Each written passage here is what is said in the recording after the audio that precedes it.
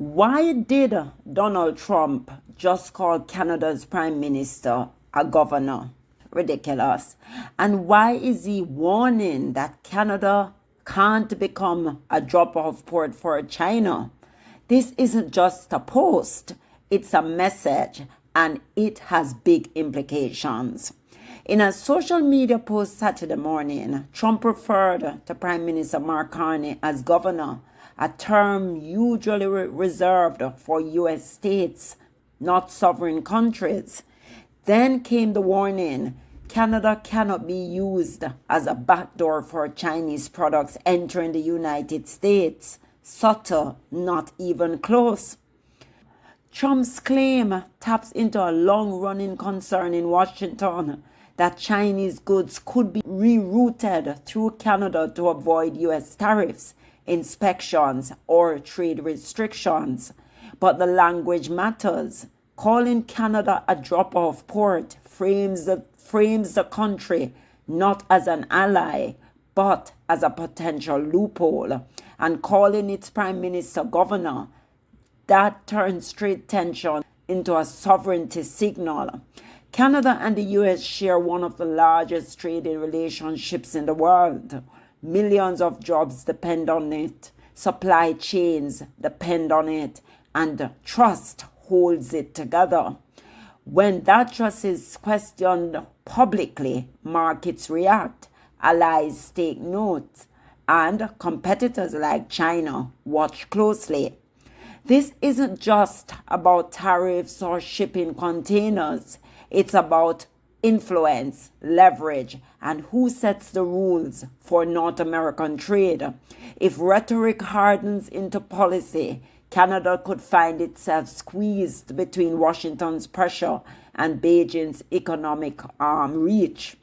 So I was reading something else on X where he's now saying that he's going to impose 100% tariff on Canada.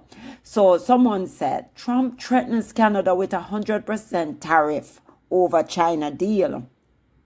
100% tariff on Canada isn't a bill sent to Ottawa.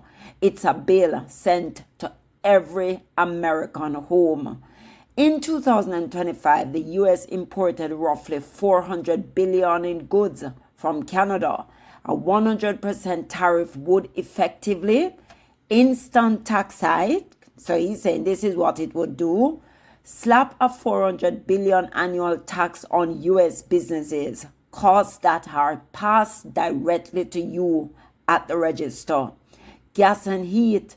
Canada is our number one energy source. They're saying Canada is U.S. number one energy source.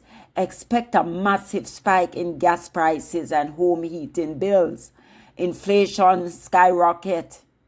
Economics estimate this could surge U.S. inflation by 1.5% to 2% almost overnight. Car prices, with parts crossing the border 7 times during assembly, American-made cars would become unaffordable for the average family. This is a self-inflicted wound to the American pocketbook, and they are saying it's 100%. So this is what Trump said. If Governor Carney thinks he is going to make Canada a drop-off port for China to send goods and products into the United States, he is sorely mistaken. China will eat Canada alive, completely devour it, including the destructions of their businesses, social fabric, and general way of life. If Canada makes a deal with China, it will immediately be hit with 100% tariff against all Canadian goods and products coming into the U.S.